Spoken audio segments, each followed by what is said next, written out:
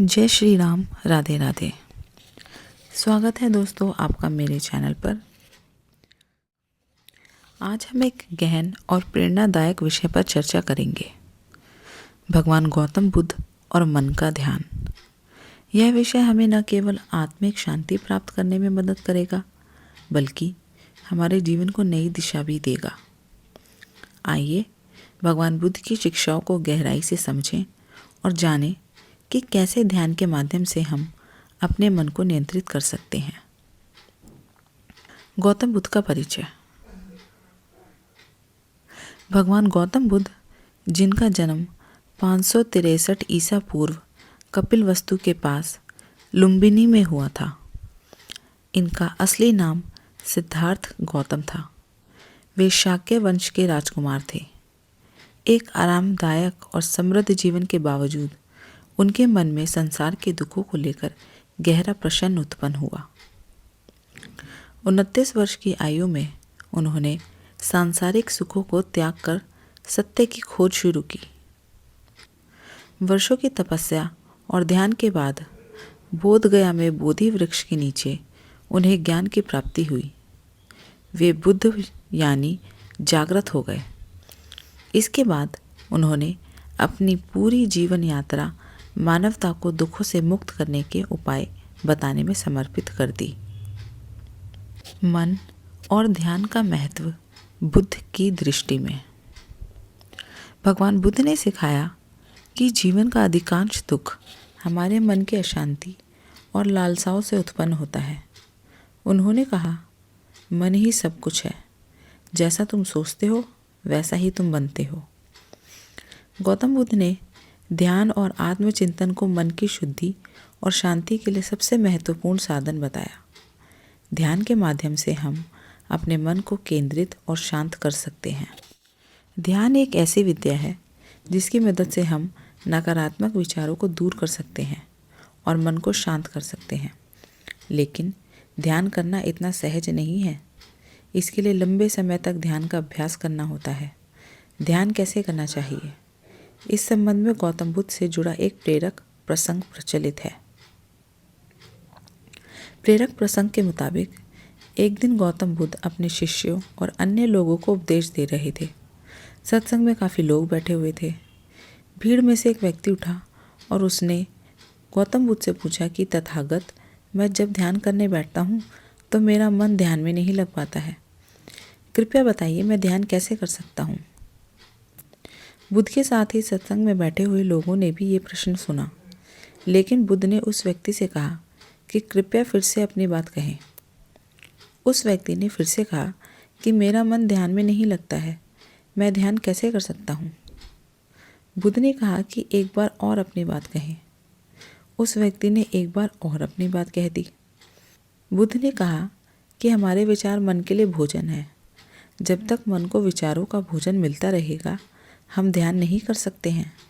जब हम ध्यान करने बैठें तब मन को विचारों का भोजन नहीं देना चाहिए, यानी सोच विचार करना बंद कर देना चाहिए। तभी हम ध्यान कर पाएंगे। जब मन विचारों से खाली हो जाएगा तभी हम ध्यान कर पाएंगे। बुद्ध ने उस व्यक्ति से ध्यान के बारे में प्रश्न 3 बार पूछा था और बुद्ध ने भी 3 बार इस प्रश्न का उत्तर दिया। बुद्ध ने 3 बार उत्तर दिया तो लोगों ने पूछा कि आपने इस व्यक्ति से 3 बार प्रश्न पूछा और उत्तर भी 3 बार ही दिया, ऐसा क्यों? तब बुद्ध ने लोगों को समझाया कि मैं इन सज्जन से 3 बार प्रश्न पूछा क्योंकि मैं प्रश्न के लिए इनकी गंभीरता को परखना चाहता था। जब मुझे लगा कि ये अपने प्रश्न के लिए गंभीर हैं, तब मैंने उत्तर भी 3 बार दिया ताकि मेरी बात इन्हें अच्छी तरह समझ आ जाए। 3 बार दोहराने से ये बात आप सभी के मन में ठीक से उतर गई होगी।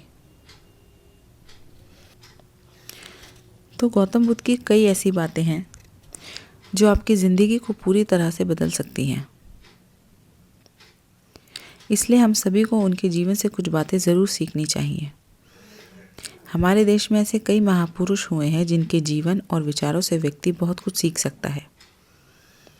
इन लोगों के विचार ऐसे होते हैं जिसे अगर कोई हारा हुआ शख्स पढ़ ले तो उसे जीवन जीने का मकसद मिल सकता है।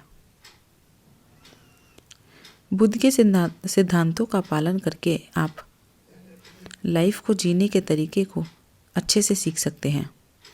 इसका धर्म से कोई लेना देना नहीं है, बल्कि बुद्ध की शिक्षाएं सबके लिए एक समान है। उनकी बातें आपको ईमानदार, दयालु और मजबूत होना सिखाती हैं। ध्यान के प्रकार, बुद्ध की शिक्षाएं।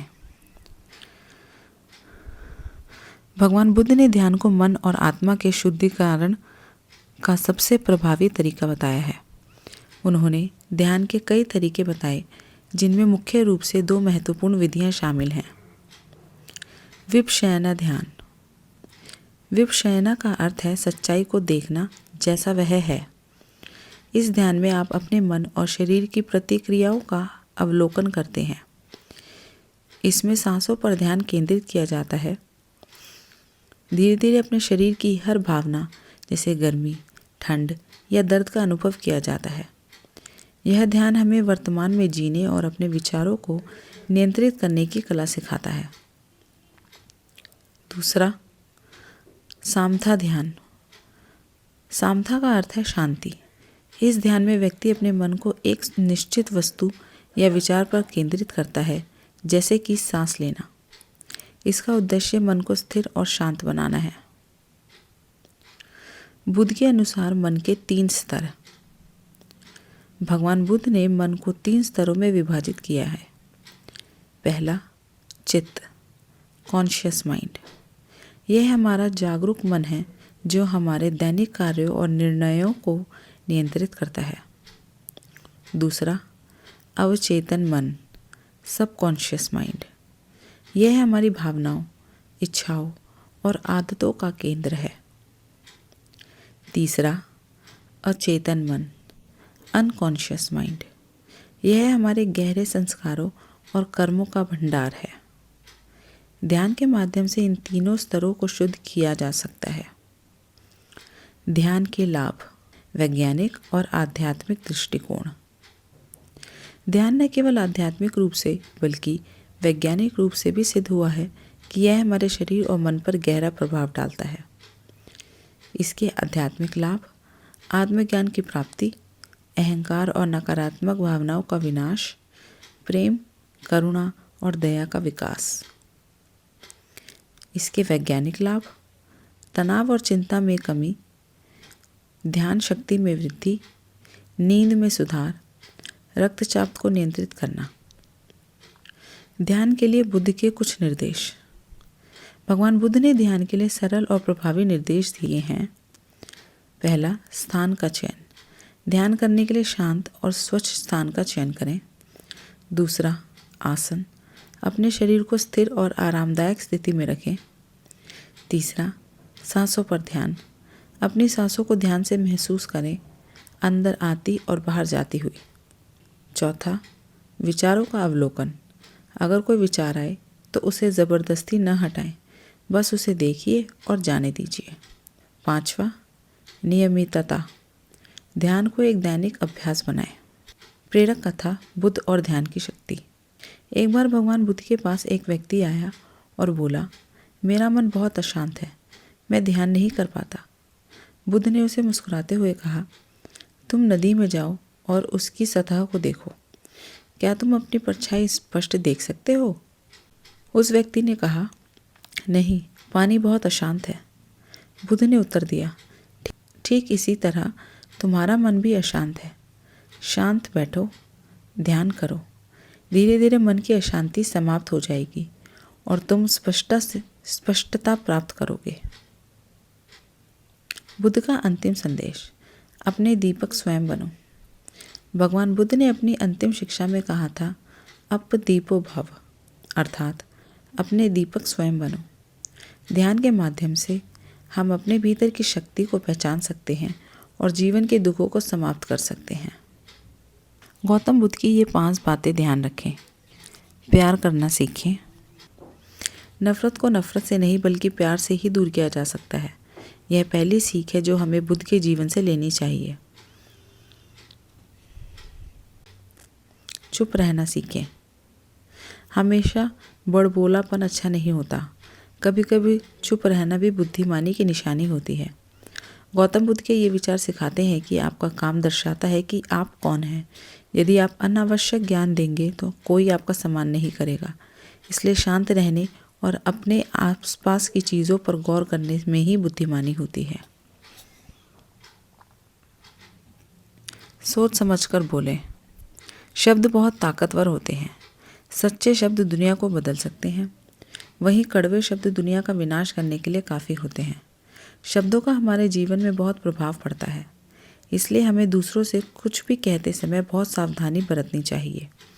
अगर आप 2 बार बिना सोचे समझे किसी को दुख देने वाली बात कहते हैं तो यह उस व्यक्ति पर बुरा प्रभाव डाल सकती है, लेकिन अगर आप अच्छे शब्द कहें तो इसे सुनकर सामने वाले में सुधार की गुंजाइश बढ़ जाती है।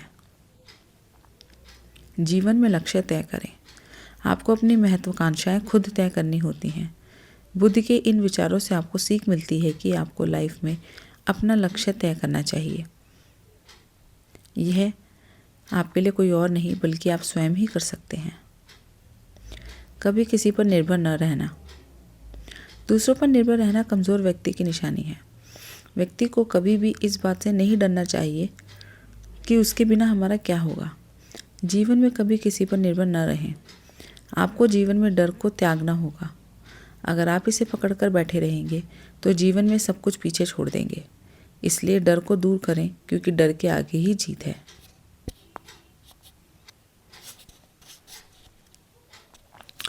तो दोस्तों, भगवान गौतम बुद्ध की शिक्षाएं आज भी उतनी ही प्रासंगिक हैं जितनी हजारों साल पहले थी।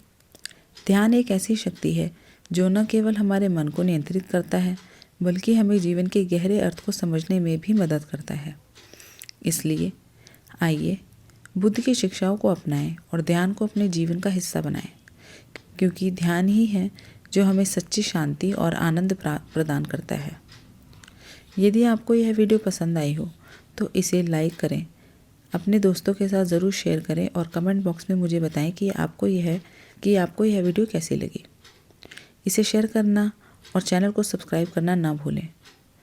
जल्दी मिलती हूँ आपसे फिर से एक और रोचक और मज़ेदार विषय के साथ। तब तक अपना ध्यान रखें। धन्यवाद। जय श्री हरि, जय सनातन धर्म।